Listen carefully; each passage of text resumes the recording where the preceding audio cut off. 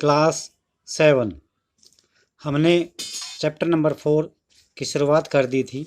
उसमें सिर्फ ये पढ़ा था मंगोल कौन थे। मोटा मोटा मैं आपको फिर बता देता हूँ। मुगल जो है दो महान वंशों की संतान थे। माता की ओर से वे चीन और मध्य एशिया के मंगोल शासक चंगेज खान के उत्तराधिकारी थे। चंगेज खान जिसकी मृत्यु 1227 में हुई थी। और पिता की ओर से वे ईरान, इराक और वर्तमान तुर्की के शासक तैमूर तैमूर के वंशज थे। परंतु मुगल अपने आप को मुगल या चंदोल मंगोल कहलवाना पसंद नहीं करते थे, क्योंकि उन्हें डर था कि चंगेज खान से जुड़ी हुई कुछ यादें होती हैं जिनमें उसने सैकड़ों व्यक्तियों का नरसंहार किया था। तो यही कारण था कि वे अपने आप को चंगेज खान के वंशज कहलाना पसंद नहीं करते थे। और कुछ समर्थियां मुगलों के प्रतियोगियों उज्बेकों से भी संबंधित थी। दूसरी तरफ मुगल तैमूर के वंशज होने पर गर्व का अनुभव करते थे, क्योंकि तैमूर इसी महान शासक ने 1398 में दिल्ली पर कब्जा कर लिया था। तो ये अपने आप को तैमूर के वंशज कहलाना ज़्यादा पसंद करते हैं। इसके बाद हम देखते हैं अभी मुगल सैन्य अभियान।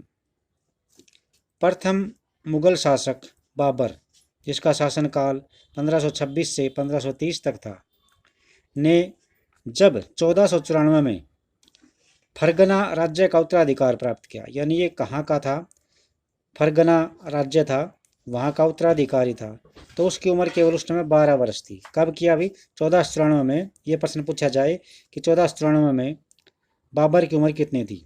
12 ईयर्स। मंगोलों की दूसरी शाखा उज्बेकों के आक्रमण के कारण उसे अपनी पैतृक गद्दी छोड़नी पड़ी, यानी कंपटीशन रहता था मुगलों में और उज्बेकों में, तो उनका जो हमला रहता था लगातार। इसके कारण उसने अपनी गद्दी छोड़ दी। किसने? बाबर ने। अनेक वर्षों तक भटकने के बाद 1504 में उसने काबुल पर कब्जा कर लिया था और 1526 में दिल्ली के सुल्तान इब्राहिम लोदी को पानीपत में हराया। ये पानीपत की पहली लड़ाई बोली जाती है। अभी 1526 में बाबर ने किसको हराया? इब्राहिम लोदी को। कहाँ पर आया? पानीपत की प्रथम लड़ाई में। कब हराया? 1526 में। तो इस तरह उसने दिल्ली और आगरा को अपने कब्जे में कर लिया। तालिका नंबर 1 में मुगलों के प्रमुख सैन्य अभियानों को दिखाया गया है। इसे ध्यान से पढ़िए। क्या आप इस लंबे घटनाक्रम में कोई पुनरावृत्ति यानी बार बार जो बातें आती हैं उसको ढूंढ सकते हैं? उदाहरण के लिए आप गौर करेंगे कि अफगान मुगल सत्ता के लिए तात्कालिक खतरा थे, यानी अफगान जो लोग थे वो मुगल सल्तनत के लिए, मुगल सत्ता के लिए खतरा थे एट ए टाइम। मुगलों और अहोम, जिसके बारे में लेसन 7 में पढ़ेंगे, मुगलों और अहोम, सिखों लेसन 8 में और 10 में, मेवाड़ और मारवाड़ 9 में के संबंधों पर भी गौर करेंगे। सफ़ाविद ईरान से अकबर और हुमायूं के संबंधों में क्या अंतर था, ये सारा का सारा हम आगे पढ़ पाएंगे। ये चित्र 4 दे रखा है अभी। इसके अंदर क्या दिखा रखा है? ये है चित्र 4। ये इसके अंदर है 16वीं शताब्दी के युद्धों में तोप और गोलाबारी का पहला इस्तेमाल हुआ और बाबर ने इसका प्रभाव पानीपत की पहली लड़ाई में अच्छी ढंग से किया, प्रभावी ढंग से किया। और पानीपत की पहली लड़ाई 1526 में हुई। ये हम देखते हैं अभी तालिका नंबर 1 ये है। तो तालिका नंबर इसको हम डिटेल से पढ़ते हैं अभी। ये मुगल अभियान और घटनाएं हैं। सबसे पहला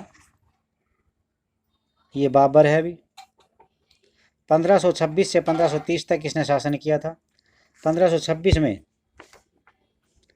पानीपत के मैदान में इसने इब्राहिम लोदी और उसके अफगान समर्थकों को हराया। याद रखना भी, 1526 में बाबर ने इब्राहिम लोदी और उसके अफगान समर्थकों को हराया। 1527 में खानवा में राणा सांगा और राजपूत शासकों और उनके समर्थकों को हराया। 1528 में चंदेरी में राजपूतों को हराया और अपनी मृत्यु से ठीक पहले दिल्ली और आगरा में मुगलों का शासन स्थापित कर लिया था इसने। ये बाबर के मुगल सैन्य अभियान थे। अब हुमायूं, ये बाबर का लड़का था। 1530 से 1540 और 1555 से 1556। हुमायूं ने अपनी पिता की वसीयत के अनुसार जायदाद का बंटवारा किया। इसका पिता जो चाहता था उसी के अनुसार इस जायदाद का बंटवारा किया। प्रत्येक भाई को एक प्रांत मिला। उसके भाई मिर्जा कामरान की महत्वाकांक्षाओं के कारण हुमायूं अपने अफगान प्रतिद्वंदियों के सामने फीका पड़ गया। अर्थात यहाँ पर क्या बताया है कि हुमायूं ने अपनी जो विरासत मिली थी, इसको वसीयत मिली थी, उसने अपने पिता के कहे के अनुसार उसका बंटवारा कर दिया। प्रत्येक भाई को एक प्रांत मिला और उसका जो भाई था मिर्जा कामरान, उसकी महत्वाकांक्षाओं, उसकी इच्छाओं, उसके कई कारण हैं, उसके कारण हुमायूं ने अफगान प्रतिद्वंदियों के सामने उसकी चमक फीकी पड़ गई।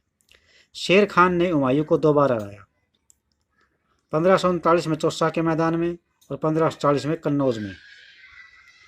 इन पराजयों से उसने ईरान की ओर भागने का निर्णय किया। सेकंड था भी ईरान में हुमायूं ने सफाविद शाह की मदद ली। उसने 1555 में दिल्ली पर फिर कब्जा कर लिया और अगले साल इसी इमारत में, इमारत क्या थी, लाइब्रेरी थी, वहाँ से उतरते हुए हुमायूं की मृत्यु हो गई थी। ठीक है भी।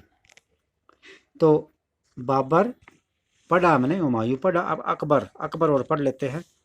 आज के लिए अकबर रहेगा, भी बाद में नेक्स्ट पेज पढ़ेंगे।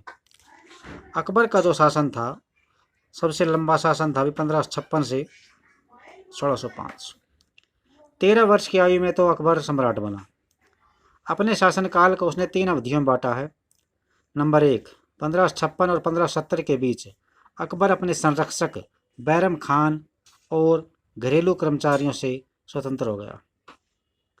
अर्थात 13 साल की उम्र में राजा बन गया था, तो उसके संरक्षक कौन था? बैरम खान।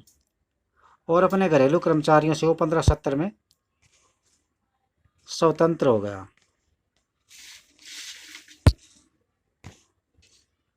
उसने सूरी और अन्य अफगानों, निकटवर्ती राज्यों मालवा, गोंडवाना और अपने सौतेले भाई मिर्जा हाकिम और उज़्बेकों के विद्रोह को दबाने के लिए सैन्य अभियान चलाए। 1568 में सिसोदियों की राजधानी चित्तौड़ और 1569 में रणथंभौर पर कब्जा कर लिया था।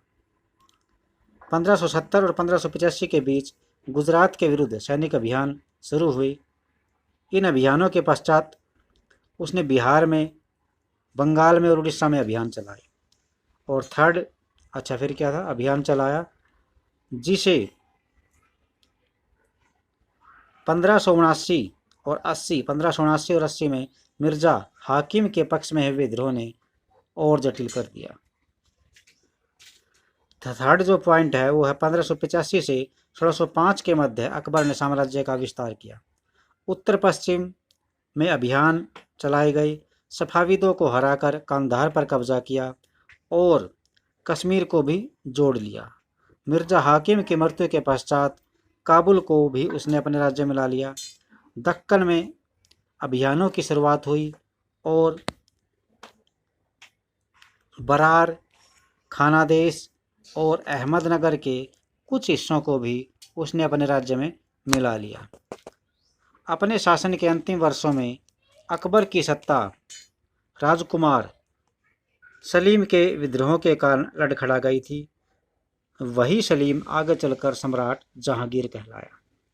तो आज के लिए हम इतना ही पढ़ते हैं। नेक्स्ट हम बाकी जो 3 और बच गए हैं इनको और पढ़ेंगे। तो आज आपने क्या क्या पढ़ा है उसकी नॉलेज हम आपसे कुछ ही दिनों के अंदर जूम ऐप के द्वारा लेंगे। तो बाबर के बारे में, हुमायूं के बारे में और अकबर के बारे में पढ़ा। तो इन चीज़ों को आप अच्छी तरह याद रखना। थैंक्स।